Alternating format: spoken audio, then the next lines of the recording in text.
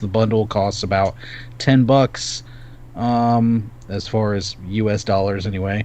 And those who already owned Doom or Doom 2 can now download the new enhanced editions at no extra cost on their platform. Which just worked for me, so on everything. I apparently own it on everything, so. Games included Doom 2, and a new deathmatch pack with 25 maps and 6 bonus episodes. One of which is a brand new, all new episode that was created by the members of id Software, Night Dive Studios, and Machine Games. There's brand new enhancements, all running on the Kex engine, used to do the remasters of Doom 64. Yeah, who makes Quake that 2. again? Who does the Kex engine? Kex engine. Was that Night Dive? I was about to say that's Night Dive, isn't it? It's just not. Retro it's Night Dive's baby, right? That's their specific thing. Gotcha. Which is part of your Atari studio. Yeah, that's right. They got them when they got Digital Eclipse also. Running in this engine allows for things like native 16:9 support, as well as 16 frames per second, or 60 frames, not 16, y'all. And 120. And 1080p on all platforms, up to 120 frames per second, and 4K on some hardware. Yeah, select hardware. You'll be able to go back and forth between like the original soundtrack and new arranged soundtrack as well. Done by the same composer who did the music for Brutal Doom, and co-composed the music for Ancient Gods expansion of Doom Eternal. What is Brutal Doom? I think I know that one. Is it a mod, or is it just a, like, I don't remember offhand. I mean, half the shit is mods. So. Yeah. Of course, the new editions also support cross-platform multiplayer for up to 16 players in both deathmatch and co-op mode. Co-op, you say? Co-op, which we may be hearing about a little later. May or may not be hearing about that. And yes, these are pretty kick-ass versions of these games. The music's so fucking good. May have tried them. Cesar fired it up before we all did the co-op stuff, and I think friend of the show Buish was also playing some of it. But Cesar's first take was like, the music is so good. Yeah, when I let me choose between the remix and original. Oh, they're good. So. I mean, I have a soft spot for those MIDI soundtracks, but damn, it's solid. These remakes are good. I restarted the YouTube chat, the YouTube stream. I figured out how to do that, so it looks like we're back on YouTube. I don't know how much has been down, but somebody was watching on YouTube, so. You did the Kung Fu Panda. I figured it out. Yeah, I did. I figured it out. Figured it out, sploosh. I figured it out. I don't even remember what that dealt with. It was like the Dragon Warrior, or something like that. Was that one of the later ones? I've only seen the first Kung Fu Panda. It's the first one. The tiger, when he's after the tiger? Yeah, because that's what he told him when he beat him up with the little pinky attack. Yeah. And I was like, you don't know that? Nah, I figured it out. I figured it out. Spadoosh. This is not good news. Speaking of studio shuttering, we brought one back earlier in the news. Now one is going down. And it's one of our favorite studios, I might argue. This comes from Jordan Middler at VideoGamesChronicle.com. Meta is shutting down Ready at Dawn. The studio was acquired by the Quest maker in 2020. Meta has confirmed that it's closing first-party development studio Ready at Dawn, the California U.S.-based studio, which was founded in 2003 and acquired by Meta in 2020, previously suffered layoffs last year. Speaking to Android Central, a Meta spokesperson told the publication that the cuts were made to ensure that the Reality Labs project stays within budget and the Oculus studios can make a better, quote, better long-term impact in VR development. While it already shifted its focus to VR development several years before being acquired by Meta, Ready at Dawn cut its teeth developing for PlayStation platforms. Ooh, this is a painful list. These are some of our favorite games. Its credits include PSP games Daxter, God of War Chains of Olympus, and God of War Ghost of Sparta, and the subsequent PS3 ports of those titles. While its last PlayStation exclusive was 2015's PS4 title, The Order 1886, which Brant is showing for viewers of the show. a unanimous favorite amongst the podcast here. Since then, it has developed well-received VR games, including Lone Echo and Lone Echo 2. I've played Lone Echo. That was a phenomenal MetaQuest experience, even though I played it solo. It was like you would move around an arena, pulling yourself, almost like you see... remember in Apollo 13 when they would go from module to module and they're like grabbing hold of the edges of the capsule and like pulling themselves through there. But you would throw a ring through a hoop. It was an esports type thing. I'm already sweating. Well done. You're already getting sweaty? Just talking about it and having VR in my head.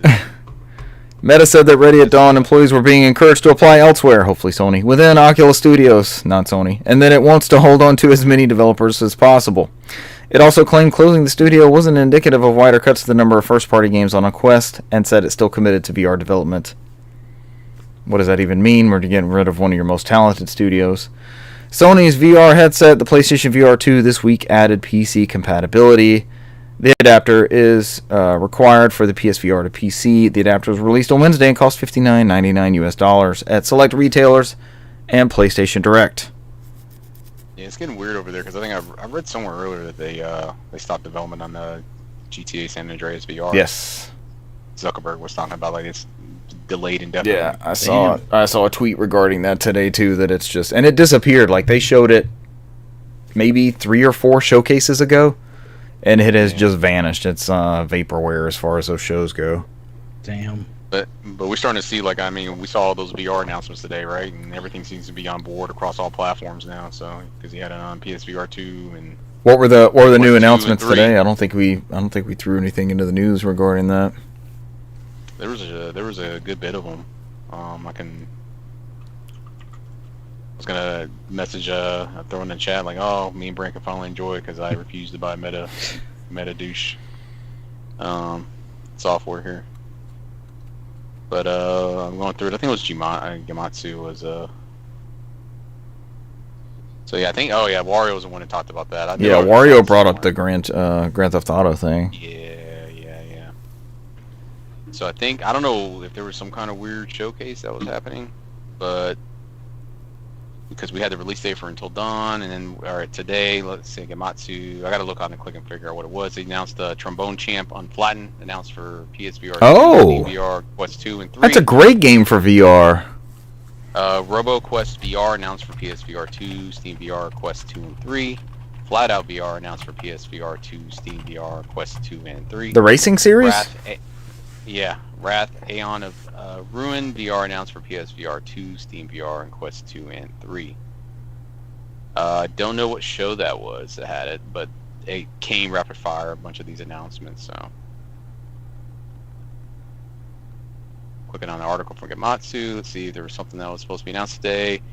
It does not look like it. I guess it was just a rapid fire announcement on social media. It's random. What I can take from this it's article. Random, right? I didn't even call attention to it or anything. Also, Cesar and I were talking about this earlier as Evercade. Brant, did you grab an Evercade yet? No, the little handheld, little mini cartridge things. They've got those new, they call it a like Giga cartridge, and that's how the Tomb Raider collection is going to ship. But that next SKU is like, I think it's $100 or $110 with the Tomb Raider collection. Yeah, I saw that. But they also announced, did you see what they recently announced, their next cartridge? It is a Legacy of Kain collection, including Legacy of Kain Blood Omen, which we talked about. Was that last week or 2 weeks ago? Yeah, when the rumors for the remake. The rumors for the remake, exactly. And what I was asking Cesar was like, this is exactly how the Tomb Raider stuff went down. Like, we got the Tomb Raider remastered stuff, and then Evercade announced a port of basically the PS1 versions of those in there. Now it seems like the other way around, where there's smoke, there's fire with these Legacy of Kain remasters with the statue was at Comic-Con. And now... Yes, it was the... Yeah, now Evercade is getting the Legacy of Kain, Blood Omen, and Soul Reaver. It was Dark Horse Comics, right? Yeah. Which I think is all under that same umbrella studio, so I wouldn't be surprised that nobody's watching out for you. My Halo figure is a Dark Horse Master Chief figure, and they did a great job on that one. I love that one.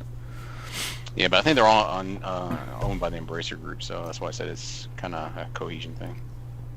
No, Dark Horse Comics do good Yeah, merch. they're awesome. That's what they're known And good books too, like their art books and their guides and stuff. Not guides, but they do like history ofs and things like that. Their manga they do out there is pretty good too. Is it? They'll do hardback versions of Berserk and Trigon and stuff. Oh, is that big Berserk Deluxe Edition I have? That big binder one? That's Dark Horse? That's them. Okay. Yeah. Man, they're out here doing the Lord's work. I think they did those Penny Arcade collections that I bought years back. Is Penny Arcade still kicking around? No. They're just packs now? I think they removed that comic part out of that. I think they just didn't they sell that packs to another venue to handle that part? Is that? I mean, the comic's no longer around. Is that Red Ventures? Is that who was doing the? Does that name sound right? Is that who was doing E3 before E3 was canceled like 2 or 3 times? I think so. I might be getting those. Red Ventures might have been who bought Giant Bomb. I might be getting those mixed up. No, yeah, you're right. Yeah. Right. I guess Penny Arcade is still a thing. I'm going on their site. And They got new comics. They're putting out new comics. August 14, 2024 is called one called Community Engagement and involves Helldivers. Wow. They caught a lot of shit for a couple of years for some of their stuff, but PAX has always been a big hit and a big They event. they still have packs on here. Yeah. So, on their, I guess they just, I don't know. I guess we don't really just hear them like that. I used to read that every time there was a new comic out. I love me some Penny Arcade. Especially in that era of like Dreamcast and Xbox and PS2 and GameCube, and that's how I learned a lot about PC gaming was through their stuff. And they had the neighbor that was like the Apple addict. They hated this dude. It's like, we don't want to hear about your iMac and your iPod. Please go away. Like he always came in with a hat with the Apple logo on it. Yeah. He was like the annoying Apple neighbor. Last but not least, PlayStation Plus game updates. Cesar, you want to grab this one? I can. Including some of our favorite Embracer Group titles. Today. I think I texted Richard for confirmation as I was running around with my head cut off at work. Because I had not seen what you sent me, and I thought it was just one of these titles. That's what Gamatsu had teased. Pleasantly surprised. So we have for PlayStation Plus, I think they're just doing extra and premium in here is how they have a group together instead of separating. Hopefully that's true. We have the Witcher 3 Wild Hunt for PS4, PS5, Wild Hearts Standard Edition for PS5. I think that was a Game Pass Day 1 and date. The Witcher is the PS5 version, so it's got all the enhancements. Yeah. But no, it's not the Game of the Year edition or whatever, right? The Ultimate. It does not look like it, yeah. Yeah, I guess if it's PS5, it has to be, right? I think that was the only version was the... I guess we have to look at it. This is where that... Yeah, I feel like it was, but I don't know. Is that how they're trying to... Did they give you this one and then hope you're going to upgrade to the... I think you're right, Richard. It could be that bullshit upgrade. Yeah. Where it's like, oh, yeah, here's upgrades. Because I know you're right. You're right about the PS5 upgrade, but I know they still sell them separate on like Steam and GOG and stuff. I don't know, man. So we have the Wild Hearts, which is when I played it on Xbox, it was the Breath of the Wild like simulator thing, kind of mixed with some Dark Souls in there. And then you have Cult of the Lamb, Ride 5. I see it many times, and there's 5 of them. I didn't know we had 5 of them. what are we riding 5 times? 1 through 4. You're right, 1 through 4. I think that was the weird one that it came out with Ride 4 was like it was a free upgrade for PS4 to PS5, and then they took it away. It was only available for like 3 months. It's weird. If you had the disc copy, now it's no longer free. But that's neither here or there. We have Watch Dogs 2, which is a re-release coming to PS4, and then for whatever reason, it was like the Sword Art Online month, which I'm not complaining. I love me some Sword Art Online. I stand alone on that hill, if you ask most people. All right, and the last recollection, PS4, PS5. A lot of people. Is Renee a fan? I think when I talked to him, I don't think he's seen it. Okay. A lot of people shit on that show. It's just a thing. Naruto 2 Boruto Shinobi Striker, which is a re-release.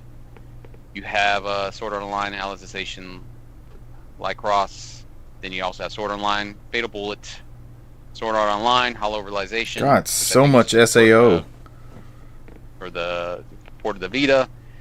And then 2 not outdo last month. This month we get Vacation Simulator, which I don't think it affects me because I already had a digital copy, which already gave me the upgrade for PS5. But for those who don't, nice. Great. And then this is the meat of the show. It most certainly here. is.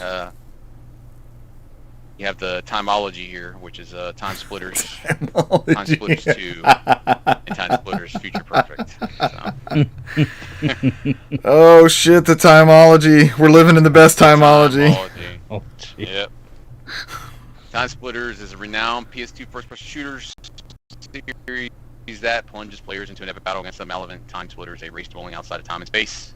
And then specifically for this first game, the game features a rich 18-level single-player campaign, taking players through pivotal historical moments from ancient civilizations to futuristic landscapes. I like that they spelled civilization as the British way. And battling the Time Splitters to all. It's the British way. The British way. It's like an S in there instead of a C. What is happening here? I read it's like it must be a typo. Civilization. The game has also included exhilarating local multiplayer mode for up to 4 players. So I think this is the only bad thing about this emulators they have on here. I don't think there's no online mode, right? This is all going to be local. Because you tested that with the Star Wars one, or did we not fully test that? Did it prompt you for the? It's co-op only. It's not like I mean, this is where Nintendo kind of has. Yeah. They're feathering the cap because like I mean you can all of us can play GoldenEye. Right. On in which we. Plus, so, I mean the difference there is like we're not looking at our own screen, but we're still able to play it as it was intended to be played at that time, which I think people would trade off. They would accept that in this mode. Have y'all played this first Time Splitters? I haven't played any. All right, my introduction to played the ever living shit out of 2 and ran through the third one time, Future Perfect. But the first one is a launch title for PS2 or shortly thereafter. It's a CD-ROM. It's very arcadey, like you load into almost like a combat simulator or something from Perfect Dark. It has a it has a campaign, but it's very. You could tell it's like it's better than a tech demo or something like that. Like it's a great proof of concept. The example keeps coming out about like Assassin's Creed to Assassin's Creed 2. What were they comparing? Oh, the Order 1886. They were like, hey, this is gonna, the sequel that they had planned was gonna be the type jump from Assassin's Creed to Assassin's Creed 2. That's what they did with Time Splitters. It was like a great proof of concept. You had these goofy characters with no real story or ties to them. And then Time Splitters 2 and Future Perfect really put together a cohesive story, campaign, great co-op moments, memorable villains, levels, that sort of stuff. But it used that same premise from that first one. That first one's a good game. It's just, it's very different from what it would evolve into for the next 2. So you recommend playing the first one before playing the other 2? To actual sequential order. It'll be tough to go back if you were like, oh, let me jump on 2 because that's the one everybody talks about. Yes, it's very hard to go back. But I mean, having spent so many hundreds of hours in the second one specifically, like I enjoyed the glimpse of okay, this is where the roots are. This is something a little bit different. Very very arcadey, very very pick up and play. Like if they had ported this to DS or Vita or something like that, as a hey, just load in and play like a couple rounds of this, it would have been an awesome experience. So that's good news. I guess I'll try it out next week. I guess depending on pricing, I know Richard will probably buy it. I want to one or maybe not all. I really want to support this, but and I'm glad we always bring this up. The prices are so wildly varying for these classic titles. Sly Cooper have no problem paying $10 for Tomb Raider. That version on PS2. See, in the shitty version is that this is from the same company that did the Tomb Raider one. So no, they're going to be. Remember they have the same IP, going to be 20 apiece. So it could be some wild pricing on this one. So. And what is the play like? Are they trying to prop up the value proposition of extra and premium to say, hey, like these could be $60 for 3 games, or you pay $150 and have them for the whole year? Like, is that the trade-off they try to generate with that? It's weird to me that we're pre-PlayStation pricing on this. Remember where Sony was big about, all right, all our new releases are $49.99, all our greatest hits are $19.99. It's like this weird how they have this weird pricing on this premium stuff where it's all over the place. Not like all PS1 games $10. Oh yeah. All PS2 $14.99. Or it wasn't Virtual Console. It was just the classics line, right? Every PS1 game was $5.99, unless was it maybe Legend of Dragoon we got finally that was $9.99. Yeah, $10. Yeah, but that was like okay, we've been asking for this one. This is a huge game. I guess $10 is fine. But then PS2 games were what, 10 or 12. It wasn't this drastic, like wildly. We had maybe one or two $20 ones, but they were always like the Square Enix, like Grandia 3 or Suikoden 3. It was like those weird RPG ones that were like $20, $19.99. I know they're not going to put a new PS3 game out, but the only Suikoden I'm missing digitally on there is the 5th one, which is the very expensive physical copy. I would love to have a digital copy of that. I would love to support that on this round of classics. If we ever get the remake, maybe we can sell enough copies of that, and they can put the other ones on there. So. Because everybody loves 5. Because I'm hoping that with this Tokyo Game Show, we actually get a freaking launch date or a window for Suikoden. What happened there? That creator that was working on Ayuden Chronicles, were they also involved in this collection? Okay, so that has nothing to do with the delay on this.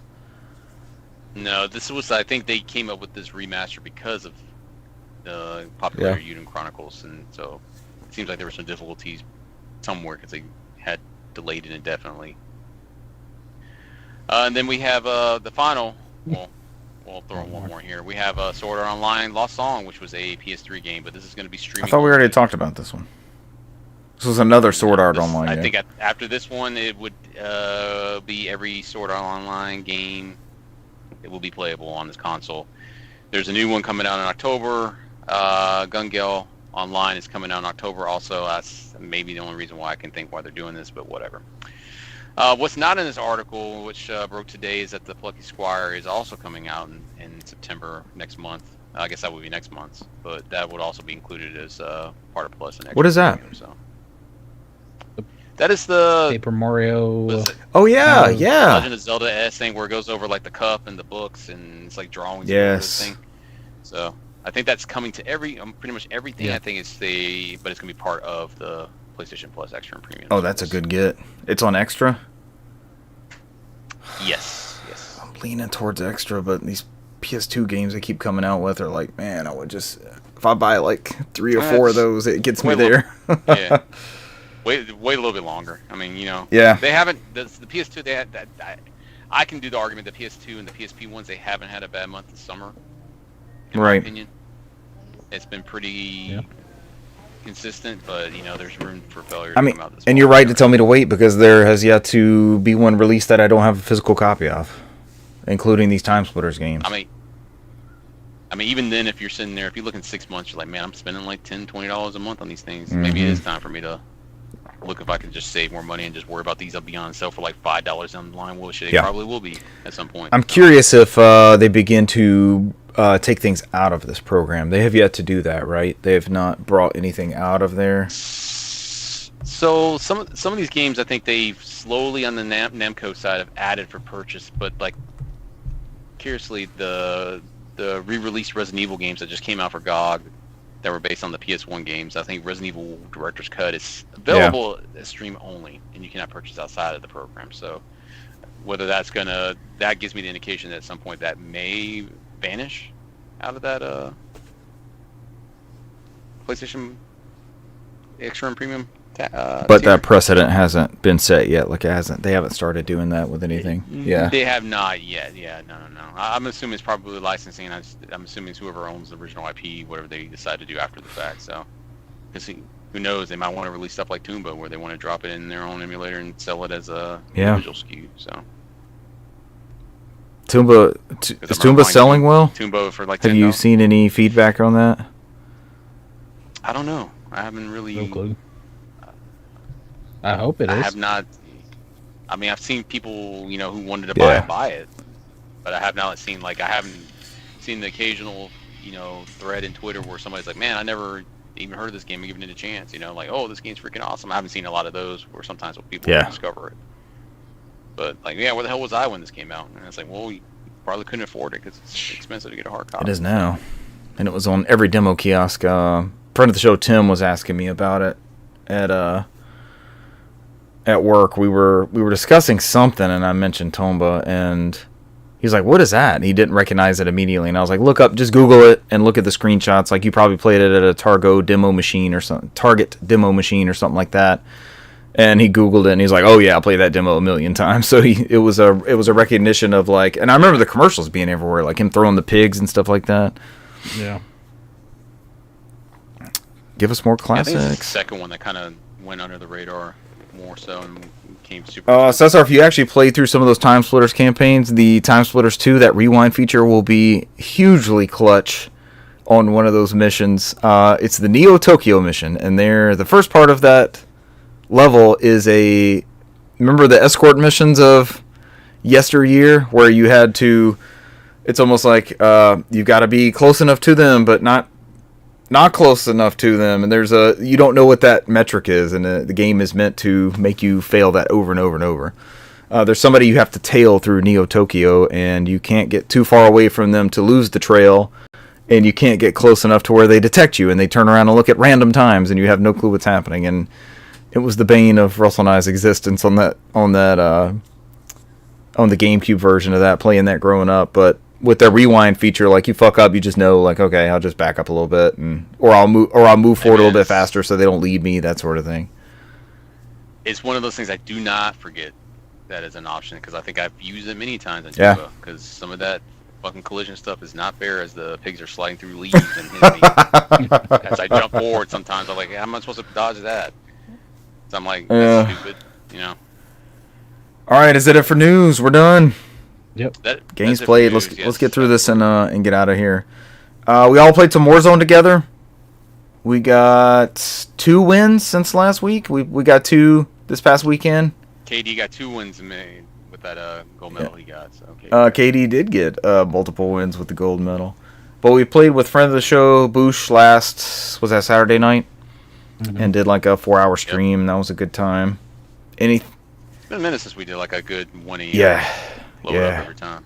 Because at the very end, we were ready, and Richard was like, nope, one more. I was like, let's keep going. But they were all, I feel like we had all good finishes. I don't feel like I was never really aggravated. Buish and I were talking about it the next day. I think we all need to take a look at our loadouts again, since it's been so long. We need to dip into the gunsmith and like work on that stuff. And like my M4 is not cutting it anymore. People are just destroying me way faster than I am with that M4. I usually just wait. Part of my method now is just wait for Brand to become the bullet sponge, and then I start shooting him. So usually my go-to. It's all right. Brand's getting shot at. Let's figure out where it's at now. I guess it gives me time to. It's good though. I'm still enjoying Warzone, and it's always fun with y'all. All the hijinks we get into. Rebirth Island, it's growing on me. I wasn't a fan in the beginning with. And I do wish it would throw back into the. I don't want to play that every map, like every round. It's a great map, but I don't want to do it every single round. We started having a meta where we were trying to do. Buish was always going after Biohazard, and we had some good shootouts near the factory or something that I would end up floating to try to get a bounty. There was always a bounty in the factory. What else? Some things acquired. It's kind of a random, eclectic thing, and I'll just blow through them. I told you guys a couple weeks ago about ordering some cables from Insurrection Industries.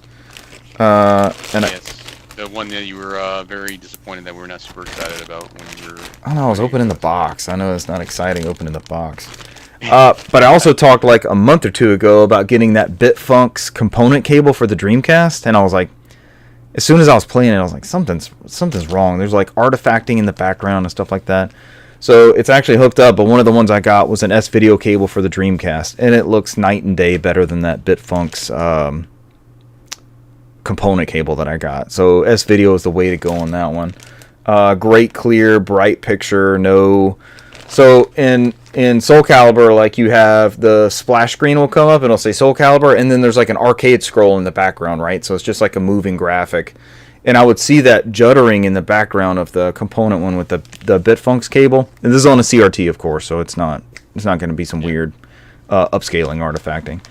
And then when I switched over to that S-Video cable, that judder and stuff is just not there. It's just the smooth, beautiful animation that I'm expecting in the back.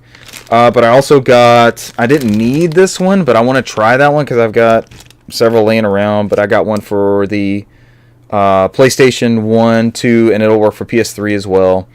And as you can see, I'm showing for the video listeners. There's no video watchers. They have like a dedicated S-Video to it, so it's getting the proper Luma and Chroma. You're not getting like a bastard version split off from the yellow RCA composite input that you would normally see on cheaper cables. And they're known for this. These were $20 a piece, which is not horrible, especially when some of these are like highly unavailable at this point. I got the Nintendo one, so this works for SNES, N64, and GameCube. I got one from Canada off of eBay, and I've seen some weird stuff with that, so I'm just going to rule that out and try this one. But I've always got a N64 or Super Nintendo sitting around that I can throw it in there. And then I feel like I don't have a quality cable for this. I bought a SCART cable for it a couple years ago, but it was just some eBay special. And this is for the Sega Saturn. Again, another dedicated like S-Video for the Sega Saturn. I'd like to get a setup where I'm able to just stream S-Video straight to a RetroTink, from a RetroTink or something like that, and just have kind of a setup that I can move around and stream from. Also on acquired things, that's kind of on the outshoots of video game ephemera. I'm trying to show this on the video show again. This is the Family Values Tour 1999. This is a compact disc CD from the... You guys remember the Family Values Tour stuff that was on like MTV and stuff? What's that, Cesar?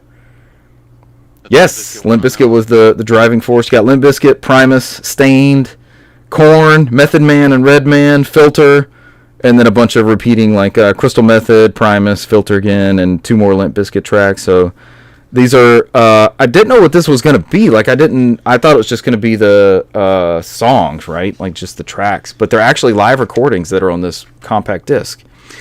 The video game tie-in, and you guys are like, where the fuck is this going? Is on the back. It actually has a Sega Dreamcast logo on the case, and in the booklet on the inside as I guess official Sega Dreamcast ephemera. They did a big marketing push, and outside the concert venues, I was 13, so I was too young to go to any of these, and this was satanic music in my household. They had Sega Dreamcast co-branding, so they had like Sega Dreamcast booths and demo kiosks and things like that as they traveled around. It was a co-marketing thing, so there's nothing specifically mentioned in it. For the show, Boishi and I have listened to the CD commuting, and it's the cuts are really good. Like I love these live renditions of some of these songs, and I just think it's pretty cool that it's got the Dreamcast branding on all this stuff. I played some more Beyond Good and Evil. I'm headed to the last area, I think.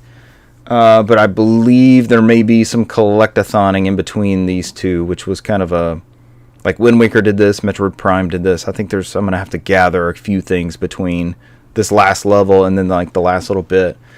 But you have a hovercraft that you move around the main hub and world and stuff, right? And it's fun to move. Like what they've done in getting you from place to place is kind of get you familiar with driving the hovercraft and moving around and like shooting some enemies and things like that. The lead up into this next bit of the story is racing. So you're actually racing the hovercrafts, which you have yet to do so far. And like I said, in this game, there's not a lot of stuff that repeats. Like you'll keep using the things that you acquire, like a move, like a Zelda move, but you're never really repeating the same type gameplay loop over and over. It's very refreshing. But I did the races, and I didn't fail either one of those. I did both of those pretty effectively. It's almost that written into the game, like you're gonna lose the first 2 laps, but then like everybody slows down the last lap or something, and you look like the triumphant champion. Maybe it's in the code or something, but that was a lot of fun. I'm going to the 3rd race, and on the 3rd race, supposedly there's a shortcut that will get you to the level. Like we're going to a restricted area, but you can get there by racing in this race, and there's a way that you can slip away. So I won the first 2 races. And what's that? I'll keep hearing racing. It turned into a Beyond Good and Evil racer. That would be the 3rd one, or the 4th one in the series, Naughty Dog style. I can never get past the 2 and 3 to get to it. Past Ridge Racer, or the like Jack and Daxter racing, or the Uncharted racing? I fucking play Ridge Racer all day long, man. That's like my jam, man. You throw me in front of a PlayStation with Ridge Racer, any version of them, Rage Racer, whatever the fuck, I'll be there all day. You pop in your own music CD? Put the disc in and then load in your... No, I'm jamming. You listen to the music that's on there? I'm jamming what's on there, yeah. BGM, man. I'm talking about... Brandon's what I'm talking about. I can't fucking beat Jack 2, man. I just lose interest. I've never beat a Jack and Daxter. Exactly what you're talking about. I've never beat a Jack and Daxter. Last but not least, before we touch on some Doom, I guess. I read about this on Twitter, and I guess the Steam page, you can see you guys and the viewers. What does that look like to y'all? Can you see the gameplay? Zero. It straight up looks like F-Zero. Yeah. It's not like Fast RMX or Wipeout or any of the other, or what was the Dreamcast, the Xbox one? It was like Pulse Racer or something like that. This is called Aero GPX, Aero GPX, and there's a demo on Steam, so I played it on the Steam Deck. This is straight up F-Zero, like the N64 and GameCube era ones. It is blisteringly fast. It's super high frame rate. It's straight up F-Zero in the form of, as somebody put it on Twitter, I should give them credit, but they were like, we're truly in the era of fuck it. If you won't make it, I will make it. It's just not even, like Fast RMX was kind of adjacent to F-Zero. People are like, I don't care anymore. It's just going to be, or the Bug Fables, the Paper Mario games, like, we're just going to fucking make a Paper Mario game. And I think there's like a Ghost one too. Yep. Paper Mario. Yep. But this is straight up, like, I played it, and it's just fucking straight. There's 30 racers. You have a healing zone that you go through. It was like, reload your shields. On the outside of the track, there's boosts that you can go through. There's, loop-de-loops, or, like, you go upside down. You flip over on the bottom side of the track. It's straight up F-Zero, and the demo is very, very good. And the reason it came into my circle, somebody had talked about it, but it's out for early access. It's normally $19.99, but it's out now for $16.99. And the demo seems to have, I played 3 tracks, and it seems to have a good bit of content in the demo, so maybe try that out if you guys are somewhat interested. It's just straight up F-Zero. It's not even holding back. Imitation is the sincerest form of flattery, and this is straight up F-Zero. And that's Aero GPX, Aero GPX. Down to, like, the quirky characters, like you would have Captain Falcon, of course, is the famous one, but you would have, like, that lizard dude, and then, like, the samurai guy that had the headband around his head, and I mean, they're caricatures to a certain extent, but you've got those same type wacky characters that are, they have a ship persona like Captain Falcon, and what was that? The Blue Falcon was his ship. So when you go in that loading screen, it's got the characters and the ship names and stuff like that. So I feel like it's been a while since I stumbled on something cool like that, but it's a lot of fun, and it plays like a dream on the Steam Deck. It's gorgeous. Plays perfectly. We want to talk about some Doom, and then I'll hand it off to you guys. Sure. So I started this initiative. I fired it up because I love Doom. I've always loved Doom. And Russell and I famously played Wolfenstein co-op because I would move around with the arrow keys on the keyboard, and he would use spacebar to open the doors and shoot with the mouse. So we made our own co-op mode because there was not one. And then when they announced these Doom ports that we talked about earlier in the show, I was like, wait, which games are co-op? Is it just Doom 2? I think Brant was like, maybe it's just Doom 2. And I was like, which one is it? I want to play some Doom co-op. How many people can we get in there? And by the time we all got it downloaded on Xbox, I think we're all playing on Xbox. We jumped in a party. A friend of the show, Buish, had it downloaded. And we played co-op Doom, and it was amazing. It's kind of jarring because you've played the same opening level, 30 years worth now? And when you see one of your co-op buddies and you can't shoot each other, I knew Cesar and Buish would start shooting us immediately to try to see if you could do some friendly damage. But when somebody goes flying past, it's like an ant that's moving past you on the screen. They're just hauling ass past you. And Brant, you were a red Doom guy, so you looked a lot like a bunch of the enemies. Every time I saw you, I was lighting you up, man. It was just pure like, oh, but it was so much fun getting lost together and like. The only I remember is Brent calling everybody bitch because I guess people were closing doors on him or something like that.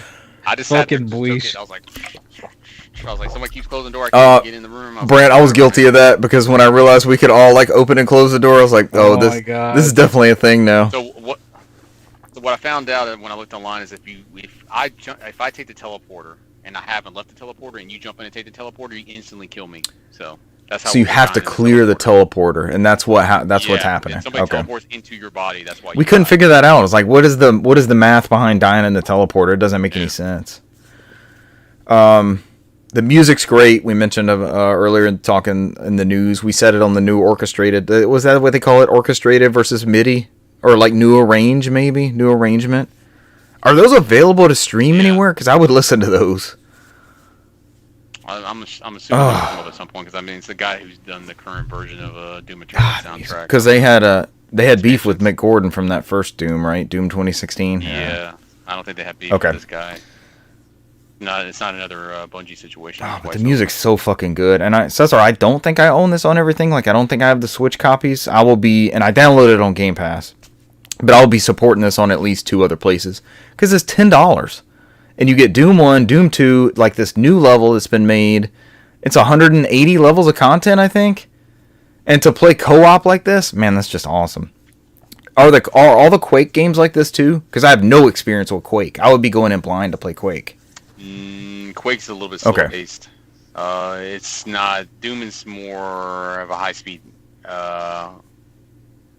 environment, but it's similar engine, but it's more of a slower pace. What Bleach and I were talking about, because he recently played Doom 2016.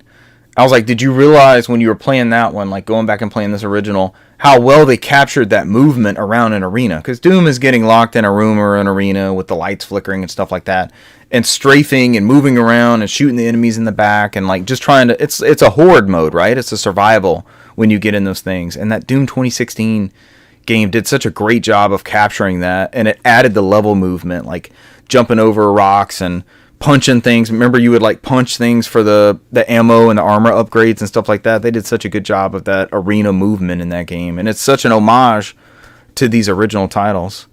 And we beat the first episode knee deep in the waves of hell or something like that. We beat the whole first episode, and we moved on to the second episode, which was a huge step up in level design and complexity. And now all of a sudden the exit's not clear. You got to hit a skull and find where the skull opened a door, and multiple keys. And we all had to realize that if one person picked up the key, we all had the key. Nobody else had to go pick it up. And oh no, Brant loves the blue card. I already had the blue key. We already have the blue key. We already have it. We already have the blue key.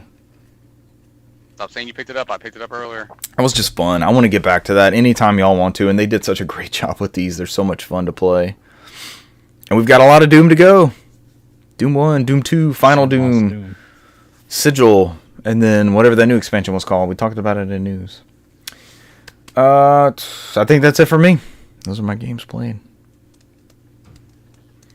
Yeah, nothing to add on the Doom front. It's just multiplayer Doom. It was fun. Did y'all have fun, or was it just me on my fever dream? Mostly just me on my fever dream. I mean, there was no outside of people teleporting me constantly, or somebody slamming the door on me every time I try to walk into the room. So it was because I was like, that's mildly annoying. But the door opening and closing. I was like, I can't get in. I'm like, what do I do? I was like, whatever, man. I mean, I was hoping it would just kill me at some point. Somebody hold it down. Yeah, I mean, not that much I can add on it, because we spent about an hour doing that, and nothing really add on to Warzone. Warzone remains fun. The only thing I finished up. I did beat Paper Mario. All right. I got it off my list. It's done. I think where I last left off is that Mario was going to the moon. Yes. We ended up going to a remote village, which reminded me of a Russian remote village, because this is where I guess the Bob-ombs live at. So apparently I was able to find the Go Bob-omb, and I guess they're the general Bob-omb, and got permission to shoot myself in this giant cannon, which was pretty cool, because I think every Bob-omb in the village loaded up the cannon to explode me up to the moon. So I went through the moon. This is where the Cross-Knots, or X-Knots, or whatever they call them, that's their base. And that's when I guess you start the downhill cycle of the story where, all right, Princess Peach is not there. There's a special plan for her. It keeps getting cut off, so you don't know what exactly is going to be done with her. And I guess Tech, which was the computer that was helping her throughout the whole story, used the last bit of his energy to send Mario back to Earth. And then Mario gets tricked and proceeds to open up the 1,000-year door to rescue Peach. And this is probably the best dungeon they had on there. So like this dungeon in there for the 1,000-year door was pretty lengthy. It took me about 2 hours to get through it. It's a lot of puzzles. A lot of your friends that you have on there who do different things were, Koops who turns into a shell and kick over to get items. It incorporates everything, everybody you've added and everything you've learned to that point. Blurry, who does the win. I mean, you have to look at it, and I mean, it's not difficult, but you have to look at the room like, who do I have that can accomplish this? There's even Vivian, who's the shadow character that joins you later on. You can use her to go into the ground as spikes come out. So, but I'm not gonna spoil it too much. But you face the final boss, which is the Shadow Queen, and after you beat that, you complete the story. So it's probably, it's definitely in my top 3. It's probably the best Paper Mario I've played. I don't know if between Paper Mario 64 and Origami King will be second or third. We'll fight back and forth. Any of the other ones I did not enjoy. I did not enjoy Super Paper Mario or Color Splash or Sticker. The weird. If there's a gimmick, like the gimmicky ones, right? These 3 that you've mentioned are solid. It was more platforming in those ones. So it's like they try to do something different. I get it. I understand it. They wanted to keep it fresh because I think Origami King was more back true to form. The only thing that I don't think that edges the Origami King over 1,000 Year Door is the 1,000 Year Door cast of characters are way better written, and they're a lot more memorable. And they're in vignettes. If you try to explain to me like the cast of characters from the Origami King, I just remember the sister in there with the little the Origami Princess in there, which had a pretty good ending bit on there. I don't remember any other people joining that adventure, so that's telling. That one. I think I remember all the cast of characters from Paper Mario 64. Those were pretty good too, but I think they. That sounds like Paper Mario 64 is your number 2. I don't know, man. That story. That story in the Origami King story was solid, but I don't know. Yeah, that ending was pretty good, man. It was a sad ending, man. It was not a happy one, let's put it that way. I was surprised they went that route. Yeah, but yeah, it was. I was surprised. I was like, good on you, Nintendo, for not getting a happy ending, man. I was like, good on you. But I'm not gonna sit here and keep our time going, but I think that's all I played. I'll go ahead and kick it over to Brant, so we don't stay here any longer, linger about. So, why did you have to let it linger? Do you have to? Do you have to let it linger? I didn't really get to play much. I did pick this up because it was like $7, and I thought, what the hell? I remember this from back in the day. I never played it. And I've heard absolutely horrible things about it and thought, it can't be that bad. And it is, in fact, that bad. Uh-oh. I'm talking about the video game sensation that you could only get from the fast food chain. Hey, Sneak King. Hey, called I remember Sneak Richard was King. a huge fan. Hey, I went around and got all those. Yeah. The video game in which you play the titular character mascot, the King, from Burger King, and sneak up behind unsuspecting hungry victims and surprise them with menu items from said fast food eatery. This was such a cool, cool promotion. And those discs play on original Xbox and 360. Yeah. Yes. Those were just backwards compatible games, right? That's all it was, right? That's how they got around. So we went and got all those?